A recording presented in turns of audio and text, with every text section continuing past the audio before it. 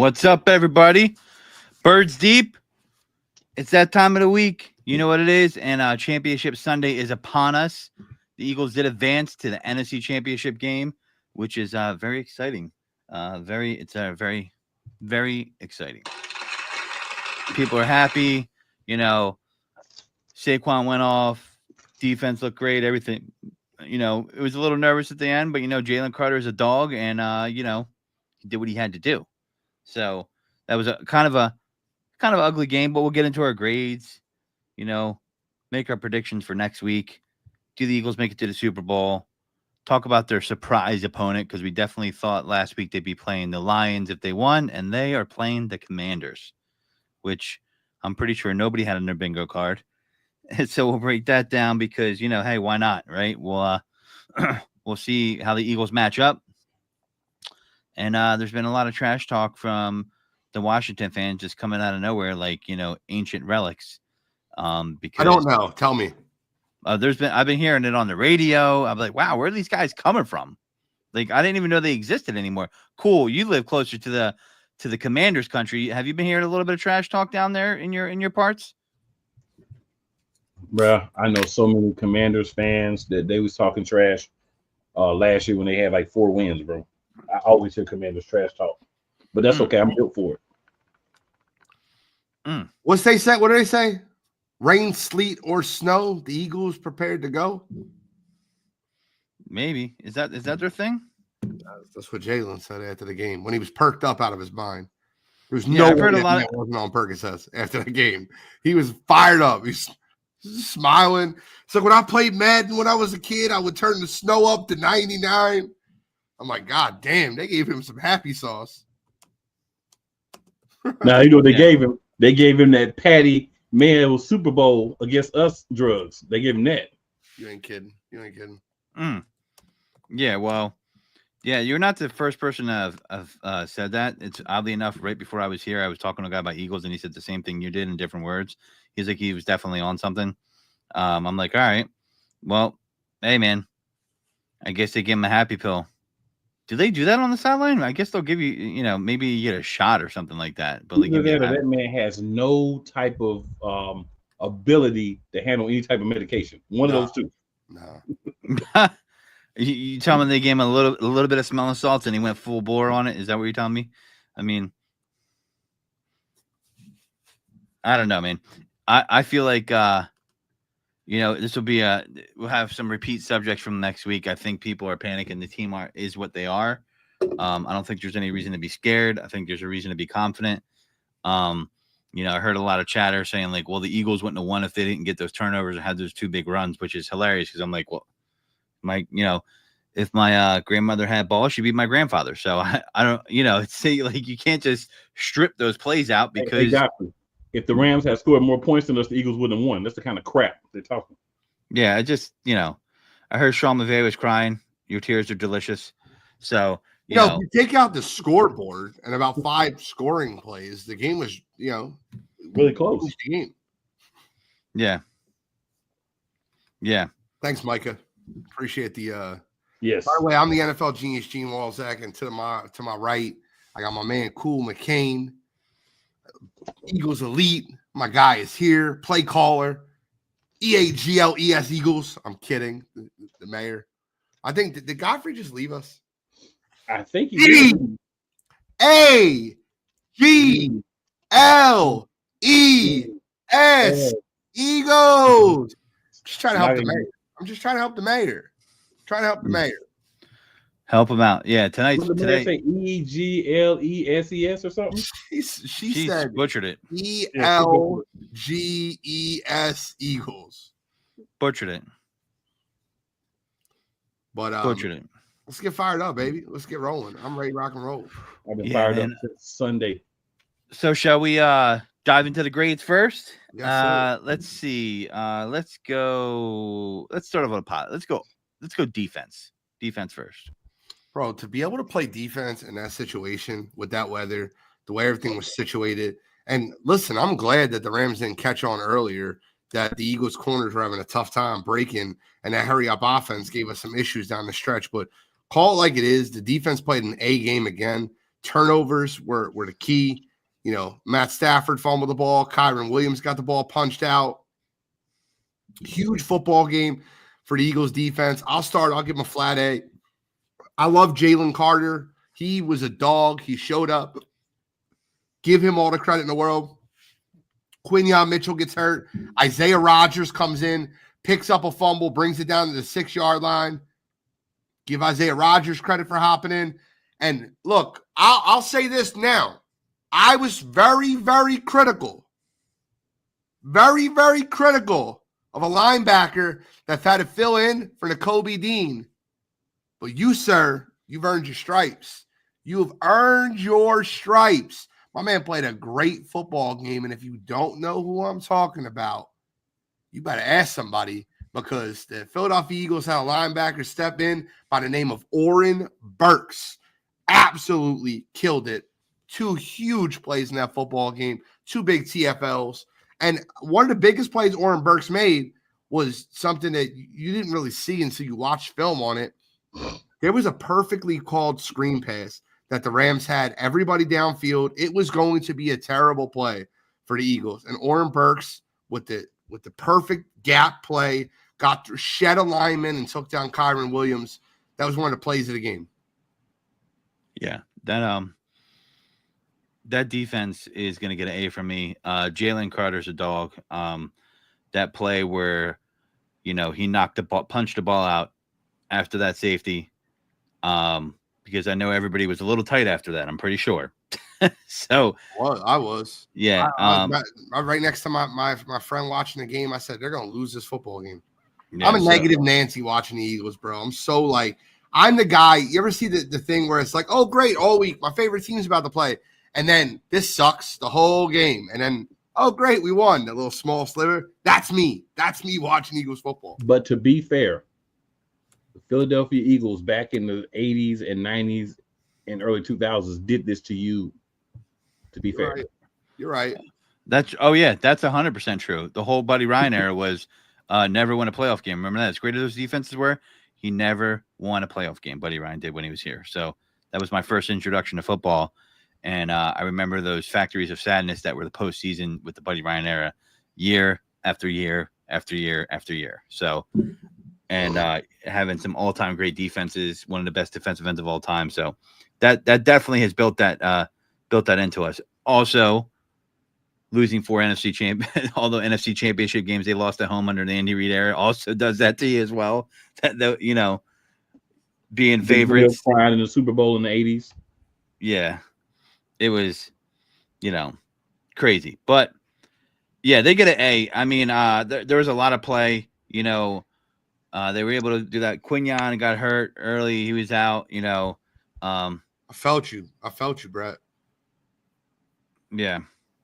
I want to share this with you, Raj, real quick. This is my Eagles watching experience. I mean this shit, too. This is literally the way I watch a game. This is exactly the way I feel. Oh, boy, I'm excited to watch my favorite team play. And then the big gap while they're playing, this is so stressful. And then there's a small gap at the end where I'm like, nice, we won. That's me watching the football game.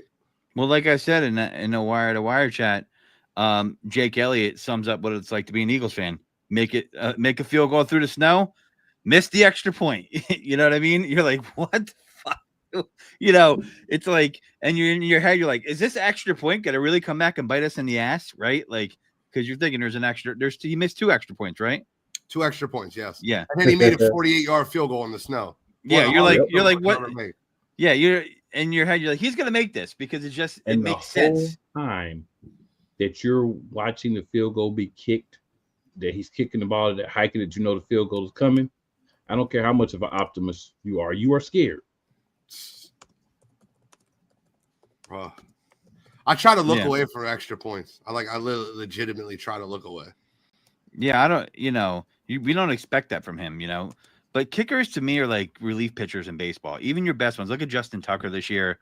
They just, if they're off, and the season's trashed almost. And you're not getting back till maybe next year. The kickers scare me because they're just like, it's rare that they're consistent all the way through their career. You find a handful of kickers that are like that. So Yeah, Jake Elliott. I don't need anxiety from Jake Elliott. That should be like the least of my worries. But yeah, man, that's what it's like being an Eagles fan. But you know what? I still love it. We're still here. We're still to talk about it. Cool. What do you say about the D? I don't think you gave your grade yet. A+. I'm gonna give him an A+. You don't have Nakobe Dean, who's the quarterback of the defense, right? Oren Burks and also Jeremiah Trotter Jr. I felt like did a very good job rotating, filling in for him. Mm-hmm. Obviously, Burks made some big plays, and you expect that more from the veteran guy, but Jeremiah Trotter Jr. was not out there getting ate up or destroyed. He was still playing solid as well. I also, of course, want to shout out my man, Zach Bond, because not only is he controlling what he normally does, he's also calling plays for the defense now. So you've added another skill, and my man's still getting the job done. A skill that he hadn't been doing up until Nakobe Dean got hurt. So shout out to him for that as well. Of course, Isaiah Rodgers stepping in for Quinyon. Isaiah Rodgers should be starting beside Quinyon next year moving forward. I'm going to put that out there. Look, I'm going to give He did. I mean, I think Isaiah makes good plays and all that. Definitely knows to pick up that fumble. You know, there were a couple plays where I wish he would have been able to get bigger on, like that DeMarcus Robinson reception. DeMarcus just kind of toughed it from him. Think about repetitions too. We can't judge a guy who's coming off the bench cold that doesn't play with the ones like you do somebody that plays with the ones all week and practices with the ones. Yeah, Kaylee Ringo was in there too, and I felt like from what we saw of him, I'm okay with our depth. I think we have a lot of depth. Yeah, Ringo's very position. The best corner on the field for the Eagles on Sunday was Cooper DeJean. My man made every play. He was the best corner on the field Sunday. And then followed by Darius Slay. Darius Slay had a great game. When Quinyon Mitchell's not there, it better be Cooper DeJean. Better be who you say is the best corner. We got a problem. Yeah. Cooper DeJean played a hell of a football game. His tackle was great. His red zone defense was great. He was awesome. I was super happy with him. Everything he did, we did it all. Now, let's go to the offense. Gene. Man, where are we going? Gene, start us off. Play calling, and see, I don't know, man, because there's so many bad play calls in this football game. Why you have your quarterback drop back the series after he hurts his knee in the end zone is just, I don't know if I blame Jalen on that or I blame Kellen. Kellen took blame for it during the week, so I'm just going to I'll blame it on Kellen. I'll blame it on the coach. Because you just, like you said, it should be Kellen. Jalen had just took his perk, so he's still getting his mind right. He just took his perk. Even if he did take a perk, they still shouldn't have did that call. And they made the worst play call, maybe in the history of football for a game that worked out in their favor.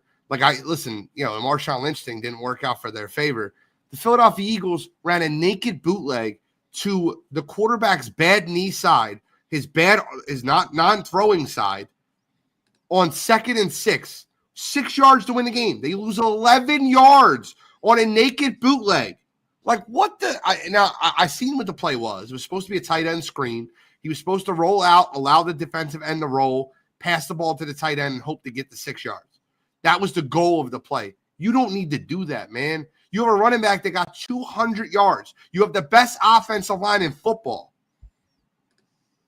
I don't know what to tell you. You have to run the football. I'll run up in goal line. Put Saquon under center, run the damn tush push 3 more times. I don't care. Don't run a naked bootleg with Jalen Hurts. That bothered me so much. So I'll give the play calling a C-. The offensive play calling a C-. I'll give it a C. All the stuff Gene said. But at the same time, they did do enough to win the game. So I'll give them a C. They were average at least. I'll give them that. Yeah, I'll give them I'll give them a C. I mean, there's some things I didn't like. I mean, I felt like weather played a part of it too. But I mean, still I wasn't unhappy with their approach to the run game. I mean, there was a lot of results we were getting there, and I expected it to be run heavy, especially with the way they could. And listen, the knee thing did change it a little bit because I said last week they will not be able to do what they did to Sam Darnold. And as soon as they tried it, what did Jalen do? Took it to the house. Gone, 67 yards. And they were caught cheating to the one side. They went big. Then the guys and on the side that Jalen went, I'm sorry, no, that might have been the Saquon part. Anyway, they caught him cheating to the one side big, and then they got blocked and just blown off the line by the guards. Oh, you're talking about the Jalen Hurts touchdown. That's what yeah. you're talking about. They blew him right off the line, and they got caught with their pants down. They had 2 linebackers on the right side, and they had all 3 of their defensive linemen on the right side, the side that Saquon would be running towards. Jalen flipped the play, called a check, and basically had Saquon run into the line, ran the read option, and that offensive line absolutely brutalized them. Mekhi Becton just shoved the linebacker shoved him to the ground. Yeah. And then Jordan Mailata, who was the pulling tackle, he had no one to block. He was downfield like, oh shit, the play's still going on? Like, what's going on here? When Jalen Hurts is running by him for the touchdown. It was perfect check by Jalen. But that's not the play calling. That's Jalen play calling. Yeah. So I can't give them credit for that.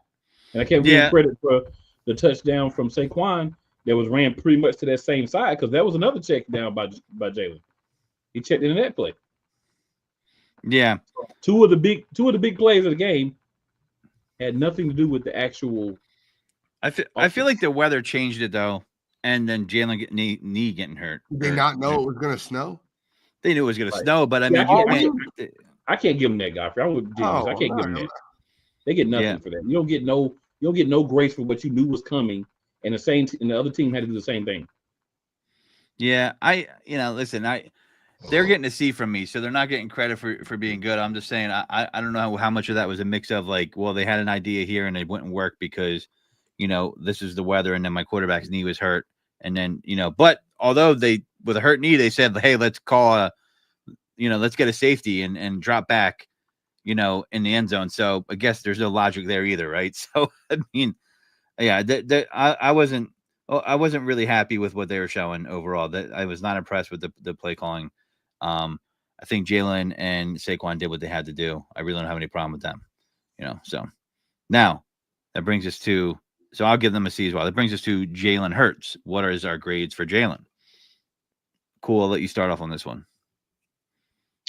Jalen Hurts. I'm gonna give Jalen Hurts a B. The reason I'm gonna give him a B is he didn't turn the ball over. He did finish the game perked up, hurt. There were some balls that were dropped, but we can't blame Jalen Hurts for drops, right? I don't think there was anyone that I can remember. Correct me if I'm wrong, where it was just a really horrible throw from him. There's a couple where it could have been placed a little bit better, but he still did the job. We relied a lot on the ground game, so he did what was asked of him. He went out there and played the game that was asked of him. Statistical wise, everybody wants the statistics. Well, I was listening to the radio today, and I was listening to ESPN, and they played a clip. I forgot who it was that made the clip. But they were basically saying the problem is everybody wants to hold Jalen Hurts to the same level that you hold certain other quarterbacks to. The goal of the game is to win. Does Jalen Hurts win? The answer to that question is he does win. So if he's winning games, while I may not be elated with how the sexiness of the wins, I would take ugly wins over sexy losses 1,000% of the time. Well, especially in the playoffs. I'm gonna give him a B. Well, you got to win the regular season to get to the playoffs, so I'm gonna give him a B. And the check downs, let me throw that in there as well, into the big plays. So I'm gonna give him a B. What say you, Gene? I'll give him a C minus. Okay. Cool just say he didn't turn the ball over, but I don't know what a safety is. That's a turnover to me. It might not be a fumble or interception, but you get sacked in the end zone, you got to punt the ball to the other team and they get points. That's a turnover to me. Second, he got sacked. He got sacked 7 times. 7 times. We talk about he only threw the ball 20 times. He dropped back 27, probably more because he probably ran the ball a couple times, scrambled out of it. So they called 30 run plays, 30 pass plays. He got sacked 7 times. He had a QBR of 49.5. Like I'm not. That's. Do you think that was a function of how much of that was a function of play calling, play scheme, and or him holding onto the ball too long? Which one? Holding onto the ball. It's 100% him. The pass he threw behind AJ Brown was just dreadful. Now, granted, I don't think there's anything he can deep throws a perfect ball to AJ Brown for a touchdown. He should have That play, that play should be a touchdown. That adds 30, 40 yards to his total and a touchdown. The tush push, that's not his fault. Lane Johnson jumped off sides. It's not. He ran in a touchdown, so I got to give him a positive grade for that. But I can't give him more than a C-. I can't. You took 7 sacks. The offense looked anemic. And listen, I'll say this. I don't say this in ways of the scoreboard, but I'll say this. You take away those 3 big touchdown plays, that offense was awful. Awful. So for 50 plays of the game, they were terrible. And for 3, they were good. Yeah. Josh didn't play great either, though. But they won. So we're here. Yeah, I feel you on that. I mean, it's kind of tough because, like I said, there's a lot of factors going into that. That throw, the AJ was awful. The throw to AJ for the touchdown was perfect. That was perfect. But that wasn't his fault. I know exactly what you're talking about. Talking about the in route that AJ ran it in. It looked like he thought AJ was going to run it out. Right. I mean, could have been miscommunication though. The miscommunication, I can't really it's terrible. That's just a misread. They just didn't read on the same page. So I can't. We don't know. We really don't know. Right? And then, so we talk about this all the time on Eagles League. They're not scheming guys open. They're just saying go out there and figure out a way to get open. Yeah. Right. They're not scheming guys open. We need to scheme guys open. That's what you do in the NFL. You run plays where you're running picks and doing things like that. We're not doing that. See, that's the problem I had with the play calling, right? Like I felt like, and they actually did this toward the end of the game on a couple. I didn't see enough quick slants to AJ Brown over the middle. I didn't see enough scheming Devontae Smith. You didn't see any. They're trying to jump that. You're trying to jump that quick slant. I'll be honest with you. If Dallas Goedert doesn't chip, whoever that linebacker was for the Rams, that on that 4th down to AJ Brown, where we basically got a gift because that was delay of game. We were at 0, and then they threw the 4th down slant to AJ Brown. That was the only slant I've seen in the game. I actually think the Rams jumped that play if Dallas Goedert doesn't chip that linebacker. It was an offense. It probably wasn't an offensive PI, but it was a very, very intelligent chip. Yeah, I mean, I still think if they're sitting on that route, then you know that, and you wait for it when the opportunity presents themselves, when the coverage shows you that you can get away with it. I still don't see enough of that schemed into the game plan, especially since that's something AJ Brown's known for, taking a slant to the house, right? Like I don't see them putting, Devontae Smith in a position where you see Jalen roll out and throw it to him and you're scheming him open. Yeah, you're not I don't scheming see that guys enough. open, not running picks with other guys. You're doing nothing. You're just throwing the guy the ball and saying, you make a play. And if you don't, I don't know what we're gonna do. Yeah, for me, I'm gonna go with a B- on Jalen. That's where I'm at on him. I'm not as low as a C, but I'm slightly above it. I think we're gonna go into this game next week, and I just have a sneaking suspicion it's gonna be a little bit more different than we suspected, in a good way though. So, the coaches have to be more inventive. I do agree there. However, I think there's a give and take there. There's the player and there's the coach. Like, who gets the most responsibility? You know what I mean? And with Jalen getting hurt, I don't know, man. Let's ask. I mean, how concerned are you guys concerned about his knee? What's your concern level about this? Is it something that's just a blip and maintenance thing? As a knee injury, you should be concerned. Okay. Do you think it's concerning to the point where he will not have the ability to take off if he needs to take off? No, they'll drag him up. I'm not worried. They'll drag him up. Okay.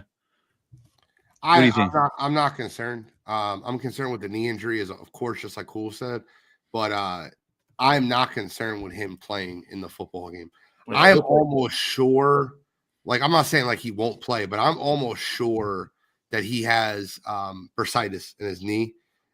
It's called something like a pocket, whatever it's called, the injury that it's listed as. I think that's what Jalen has. They're not gonna list exactly what the injury is. They don't want people to know, but that's a pain tolerance thing. And when they shoot him up, get the patty shot. So he said it. Yeah. Yep. They said he was a full participant today. They said so. Some people said he was spotted. And then they saw him in the walkthrough, but they said he's a full participant today. So they only did walkthroughs yesterday. So everybody's like, "Oh, you only did what the whole team did walkthroughs yesterday." Yeah. No, they got video of him dropping back in play action today. They got video of him working on his footwork. His knees are moving back and forth. He'll play. He's almost fine. Yeah. Now on the Commanders end, which I think they're going to play, Deron Payne, knee finger, and linebacker Bobby Wagner missed practice for a second straight day. But he missed practices last week before playing against Detroit, and Payne was limited practice during that week. So they're all playing, bro. Yeah, it's all chips on the table. Yeah, anybody that can play will play. Britton Covey may be back too. Yeah, possible. Well, I mean, Cooper DeJean dropping that punt, you know that they want so badly to be able to have Britton Covey returning the punts. That's what they want. Yeah, for sure. This is an interesting game. It's a third time. It's rare you get to play a team 3 times, and the third time being the NFC Championship. It's really the second, but I digress. Yeah. Well, listen, does Lady Luck run out for these Commanders? I mean, they've earned their way here. They beat the Lions. I kind of questioned the Lions' play strategy toward the end. Ben Johnson, I don't think that's another discussion for sideline to sideline, but you could run on the Commanders. That is a proven fact. Before Jalen got the concussion from the headhunter, was that Frankie Louvu? Frankie Louvu. Yeah, so I'm concerned about them. You heard their defensive coordinator today, right? You heard that, right? I didn't hear that. Cool. Did you hear their defensive coordinator today? I heard what the defensive coordinator said. I also heard what Jaden Daniels said. I'll tell you right now, if I'm the Philadelphia Eagles, Joe Witt Jr. went in the press conference today and said, if they want to call design runs, we're going to treat him like a running back. And if they don't want him to get hit like a running back, then they better not call design runs. That's what Joe Witt said about Jalen Hurts today. And if I'm the Eagles defensive coordinator, Vic Fangio, I am showing that video to Jalen Carter. I'm showing that video to Milton Williams. I'm showing that video to Oren Burks. I'm showing that video to, Zach Ball. If that's what we're doing, then that's what we're doing. If y'all want to take dirty shots at our quarterback, which I'm telling you, Frankie Louvu nosedove onto our quarterback's head. You don't say a word in the press all week. You don't say a word about it. You don't mention it. And I'm telling you right now, the first time you get a shot, I'll take the 15. I'll take the 15. The first time you get a shot, you absolutely dig your helmet into this kid's ribs. This kid had rib injury earlier in the year. I'm telling you right now, all's fair. All is fair in love, war, and NFC championship games. So I think the Eagles are coming into this like they owe them one. And the reason why they feel that way. Was come out the other day after the game talking about we're going to make the main thing the main thing. All right, you want to mock our boy? We got you. We got you. Yeah. You want to make it more than just a game? You want to make it nasty? So this is what concerns me, though. They're playing with house money, and they want to get people off their game. They want to get a CJ ejected. They want to do that kind of stuff. That's going to be the only way they're going to have a shot, in my opinion, where they can make the common denominator closer, right? And I feel like when I look at the Eagles versus them, the Eagles are going to out-talent them. Now, I know they didn't have Allen last time they played us, okay, where they played the Eagles, and we lost our quarterback. They barely won, and I feel like the Eagles really, really feel like they owe them one from that because that was a game that they let slip away, even with the backup quarterback in. But the way that game started out, they were going to get boat raced. It was like 14-0. They talk about how they stopped Saquon in the second half. He was killing them from the door. I also believe if Jalen's get hurt that game, Saquon breaks the record because he's going to be that much closer with that game going the way it was going. But that's neither here nor there. But when I look at that team, they lost their guard. Corsi, I might be saying his name wrong. That's a big loss for them. Now, our O-line versus their D-line, I'm giving it to my O-line. Their D-line versus, our D-line versus their O-line without their guard, that's an important piece. Jalen Carter is going to be tough. Now, they're going to double him, but that's going to be up to these other guys to be playing well and take advantage of that when they do. But even still, you don't think they tried to double Jalen Carter last week? Like, that's going to happen with him. And if you're putting up a backup guard in there, good luck with that. So that's advantage Eagles, I think, all day long. he's playing out of his mind right now. His football IQ is off the charts. It's ridiculous, and I'm here for it. I mean, he's a game wrecker, and he's becoming more of a game wrecker every game. And that's probably one of my favorite player to watch on the Eagles right now. I just like Jalen Carter is just ridiculous. So I feel like the Commanders, they lost to us. And another thing is, correct me if I'm wrong here. The Eagles defense, we're not a huge blitzing defense, right? Like it's not really the bread and butter of Fangio. So first of all, I'm going to break this down for you just like I broke it down wire to wire last night. I'll make it very easy for you. This is a totally different defense that the Commanders are going to face versus the Philadelphia Eagles. What the Commanders did last week versus the Lions was rinse and repeat. They ran the same formation, the same play, the same. Listen, you're going to see the breakdown on NFL films all week. They're going to be, this is what they did. I already watched it. I can tell you exactly what they did. 3 wide sets. They ran 3-by-1s, 3 on one side, 1 on the other. And if the Lions were playing man, they put 3 guys out there versus the 3 wide receivers on the outside. And all the Commanders did was they played numbers. They had 7 guys at the line of scrimmage and 6 guys in the box. So they just basically ran read option. If you're going to commit to the running back, well, Jaden Daniels is going to run. If you're going to commit to the quarterback, we're going to hand it to Brian Robinson, Austin Eckler. And then when the Lions said, we're just going to blitz, we're just going to zone blitz, they ran the RPO, the bubble screen. That's the big play you've seen with Terry McLaurin, where they only have 1 guy on the outside. You can't play that. In order to beat the Commanders, you have to play man defense, and your front 6 has to be able to stop the run. It's a totally different story with Philadelphia because our line of scrimmage isn't a bunch of IR guys. Our line of scrimmage with Carter, Williams, Jordan Davis, they can stop the run without adding extra pieces to the middle. They do not need to blitz to do it. You've seen that in Philadelphia, and you've seen that before. And look, you can go back to that Commanders game. They're like, oh, Jaden Daniels had 5 touchdown passes. What you don't remember is C.J. Gardner-Johnson got thrown out of the game. 2 of those touchdown passes were on a backup safety. One of those touchdown passes was because Slay was hurt, and they had a substitution issue, and a guy was running down the sideline by himself on the right side. Zacchaeus was a broken play, too. Zacchaeus, that Zacchaeus play was a broken play. That's what I'm talking about. Yeah, that was the fluke. So you don't need to overly concern yourself with the Commanders' offense just going wild on you. It's not going to happen.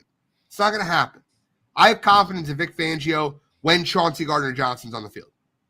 And then last but not least, this is the one thing I really wanted to bring up, and I'd love to get your thoughts on it. I seen the official crew for this game. Did you guys see the officials officiating this football game? This is bad news for Washington. Washington has had this official crew 4 times in a 17-game season. 50% of their offensive holding calls have been with this crew. This crew calls more offensive holdings than any crew in football. The Eagles seen this crew 4 times. They're 4-0. And they have a net negative offensive holding calls with this crew. Better offensive line does not hold as often. Jeff Stoutland gets these guys prepared for this. I know this. Sean Hockley, that's correct. I know this. I guarantee this Eagles offense knows this. And you can't stop Jalen Carter without holding him. Be prepared to see a play by the Commanders come back. Holding. Offense. 10-yard penalty. Repeat. First down. Or second down, third down, but repeating downs. Exactly. Yeah, and the Eagles aren't going to approach. They talk about Jalen Daniels to be good against the blitz, and that's true. He has been. But the Eagles aren't going to run they're not blitzing because they have to blitz because, they were bankrupt at Detroit. They had lost a lot of defensive players. I didn't like their game plan for him. I thought it was stupid. And they burned him on it. But that's not going to happen with the Eagles. It's definitely not. I feel like he's going to get more disguised looks from this Vic Fangio defense. And this is going to be a harder assignment for Jaden Daniels to pull off than in some of these other instances where they've been winning these games. You can out-athlete everyone, and I felt like watching that Bucs game, he just made some plays, and he was just a better athlete than some of those guys, and that's fine.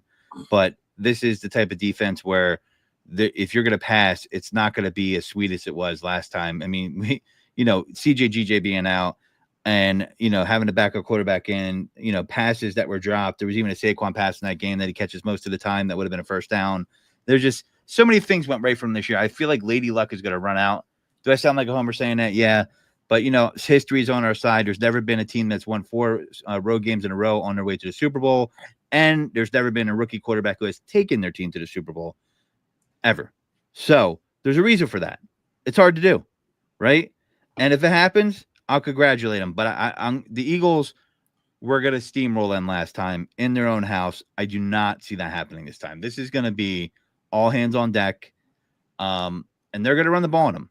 When you look at the defense, the Eagles defense is a top-ranked defense. I believe the defense for the Commanders is ranked 18th, if the last time I checked, which is very different than most of the playoff teams that were in there. So, listen, the rankings entail the whole season, and a lot of teams were injured as the season went on, including the Lions. So we'll see.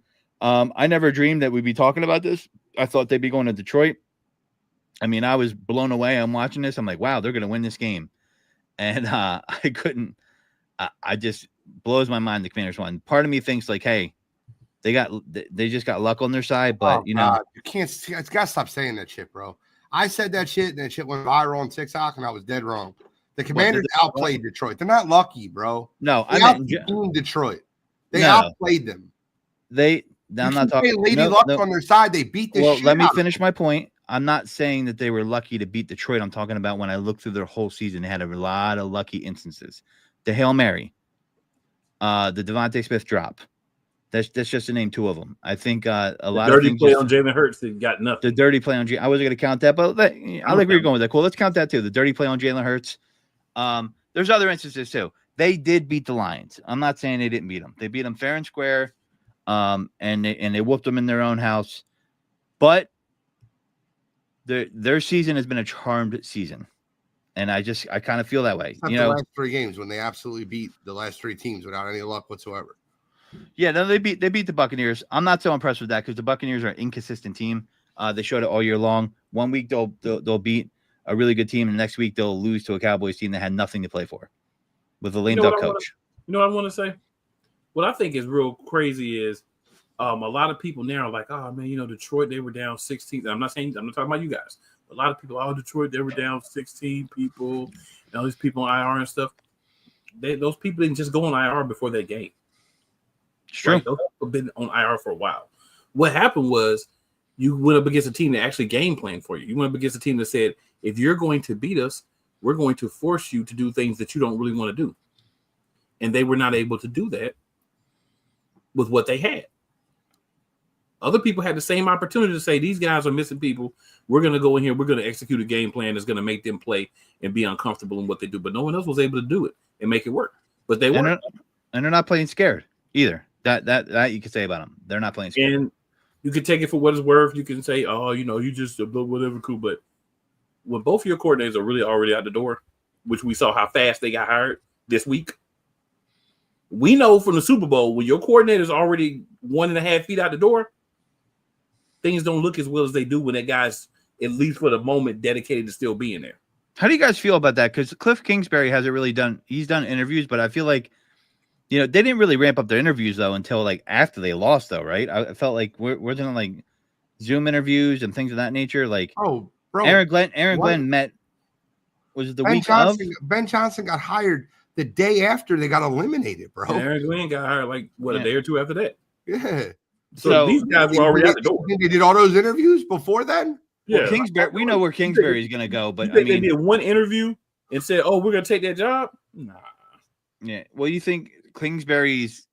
I mean, he's going to go to the Raiders probably most likely, but he's going nowhere. Yeah, I think. Well, he's going to be the Raiders head coach. There's no doubt about that. And I think Gene agrees too. Well, he'll be gone a year or two from there too. Maybe. I agree. He'll be the Raiders head coach, but the Raiders constantly make bad decisions.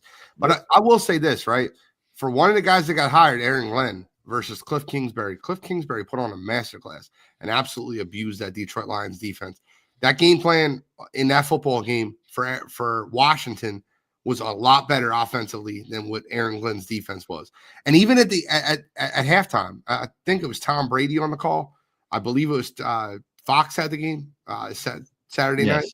Mm-hmm. He said, I don't, they keep blitzing.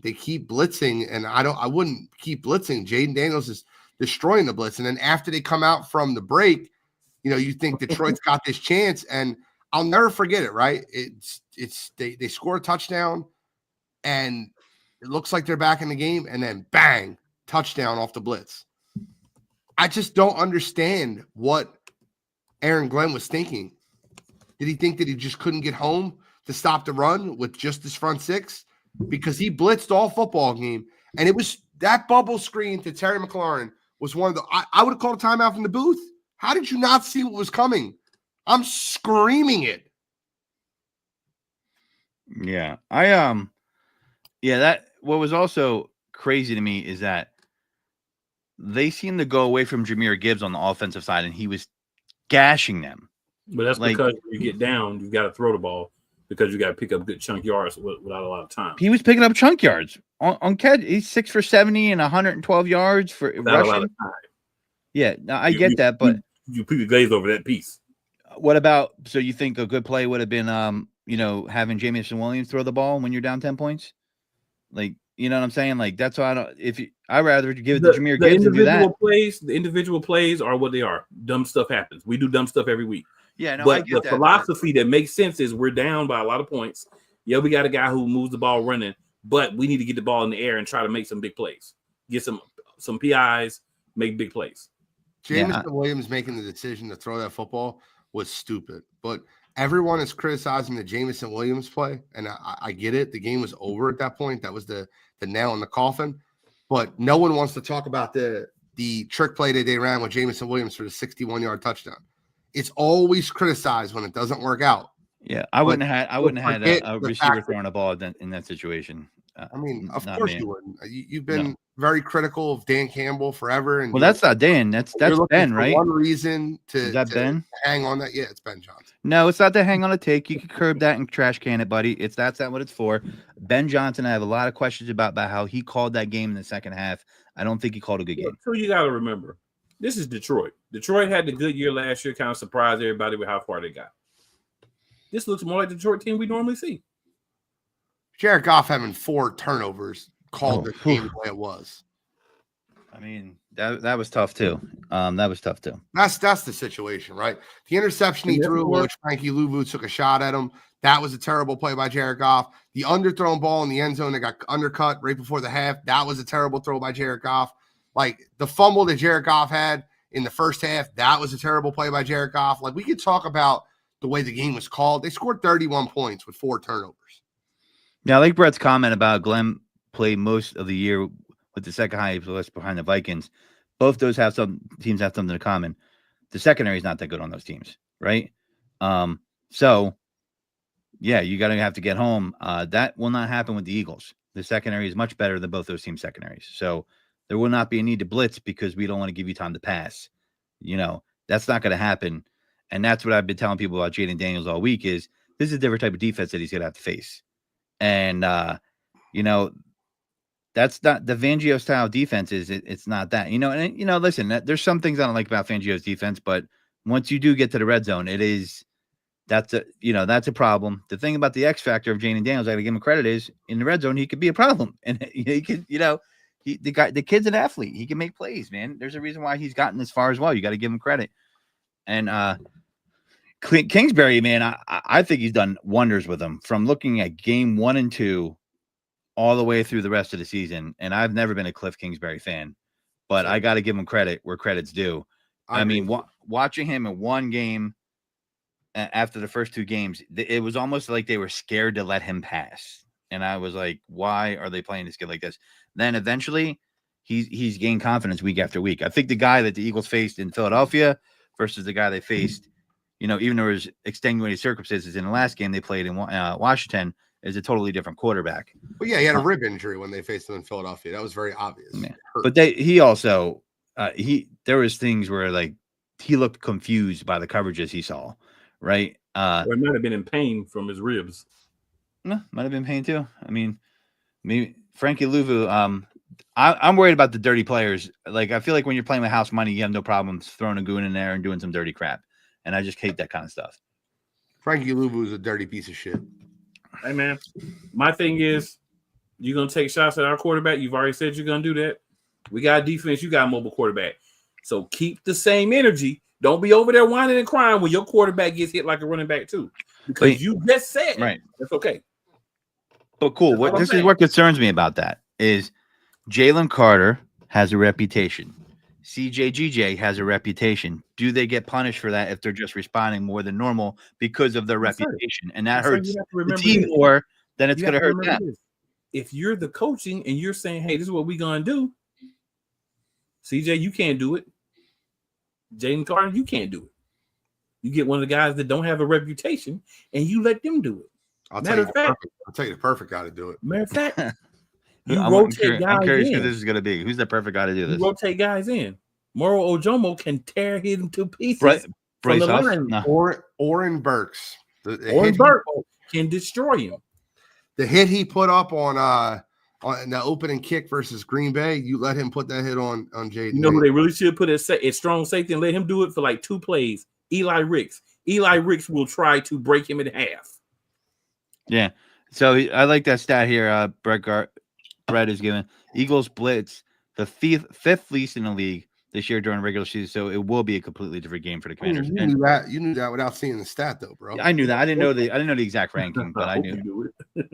I knew that already. Yeah, listen, you talk to people. I was talking to a friend today, and then he saw a different stat that said they were higher blitz. I'm like, no, they're not. That's not what I saw when I watched the games. So Eagles do not blitz. They're not a high blitzing team. Vic Fangio has never been a high blitzing team. They want to make you beat them with several plays, not 1 or 2. They're a team that stops X plays. When they played the Commanders the last time, they did not stop the X plays. Terry McLaurin had an X play. Zacchaeus had an X play down the sideline. You just can't allow big plays. You got to make them beat you down the field. And if you want to, and guys, when you break down this Eagles Commanders situation, let's say I give you quarterback and let's say I give you linebacker. There's not a position on the football field. The Washington Commanders are even close to being better than the Philadelphia Eagles outside of quarterback and linebacker. Not a position on the football field. One hole I might be concerned about is the linebacker coverage hole. Do you think that Zach Ertz is going to pose a problem with Nakobe Dean not being there? Zach Ertz will not be guarded by a linebacker. So Philadelphia Eagles have made that very clear all year. Chauncey Gardner-Johnson has been the guy on the tight end. Chauncey Gardner-Johnson will be guarding Zach Ertz. And for a nickel corner, a converted nickel corner to safety, I am not worried about that.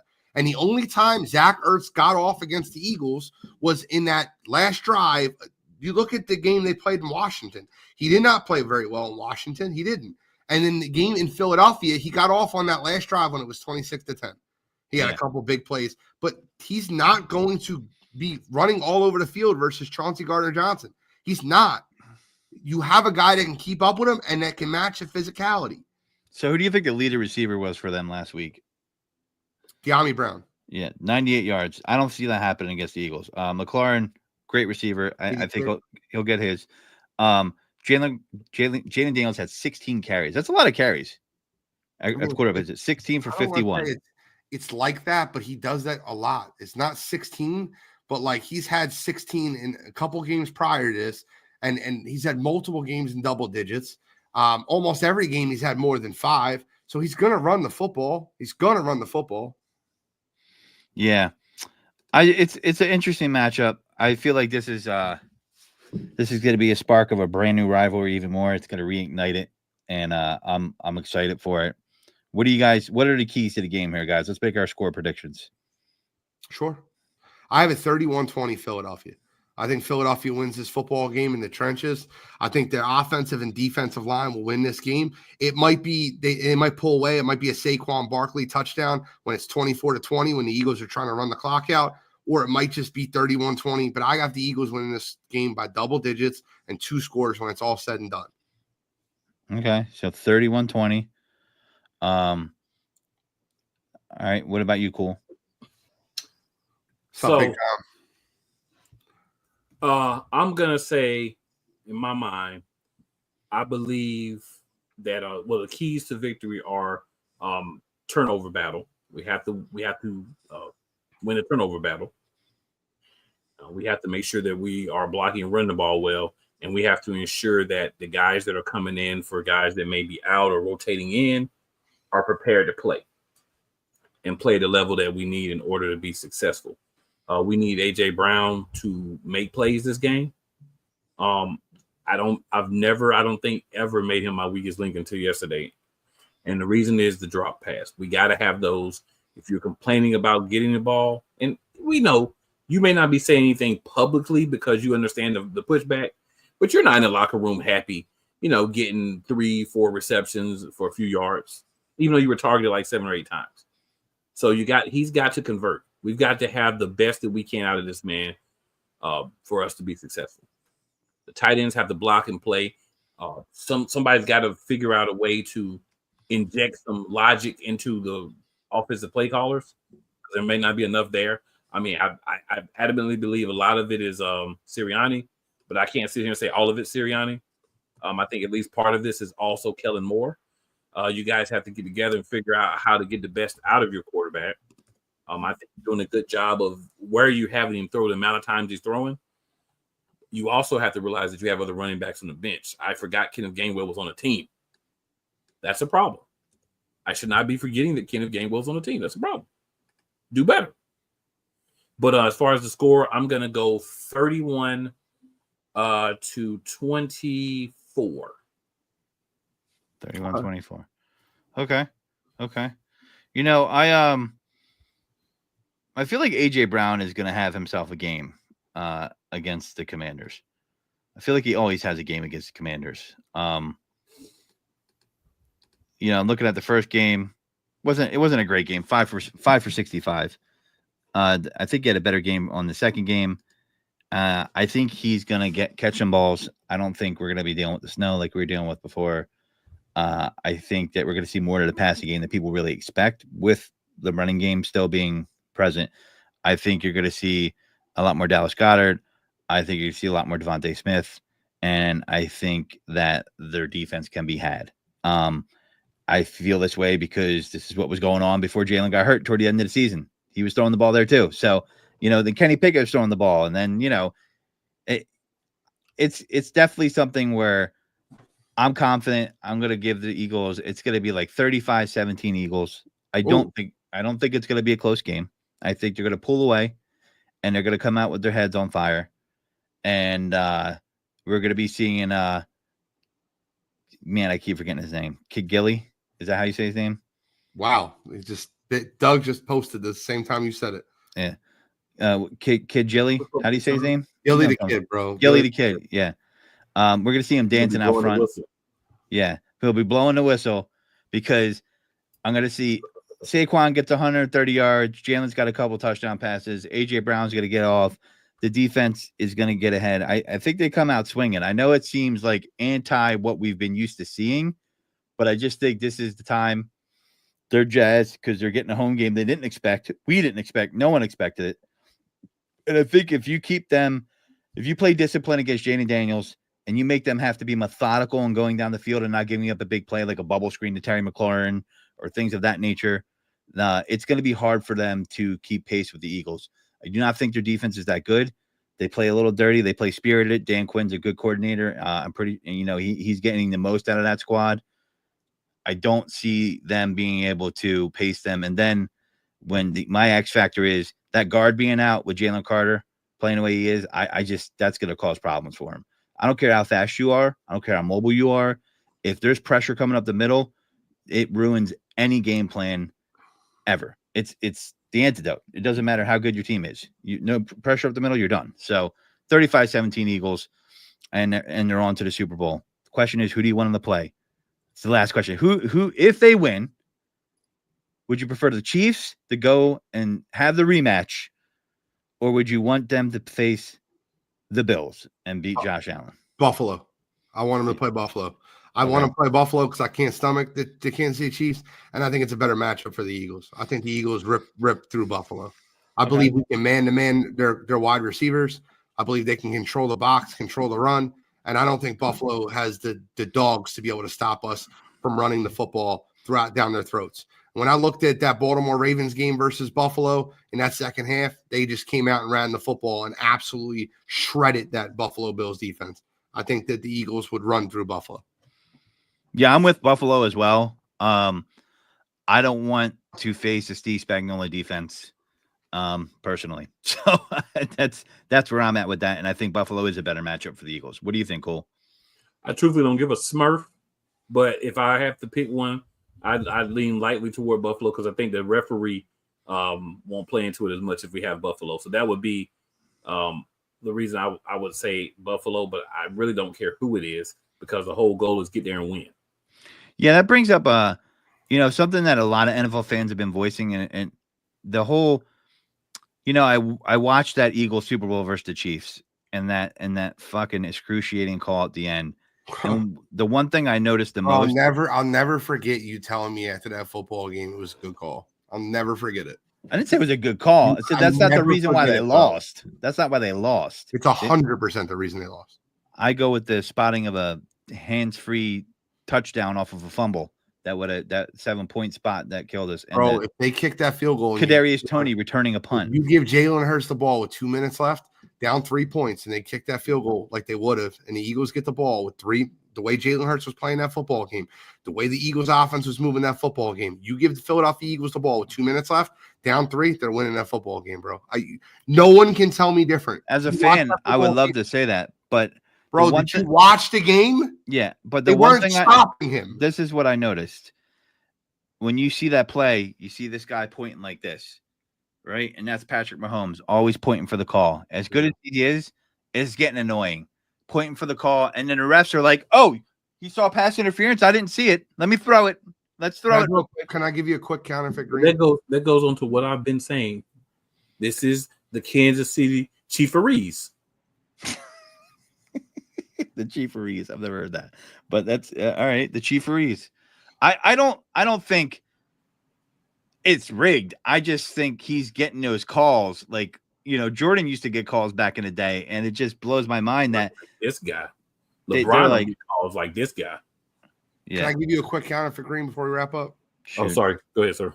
It's fine. It's Chris Sims. I am so sick of listening to that man. You talking about a quarterback that couldn't make it in the NFL, that's getting on TV talking about A, B, C, D in the NFL. Because of who his dad is? I just can't take it.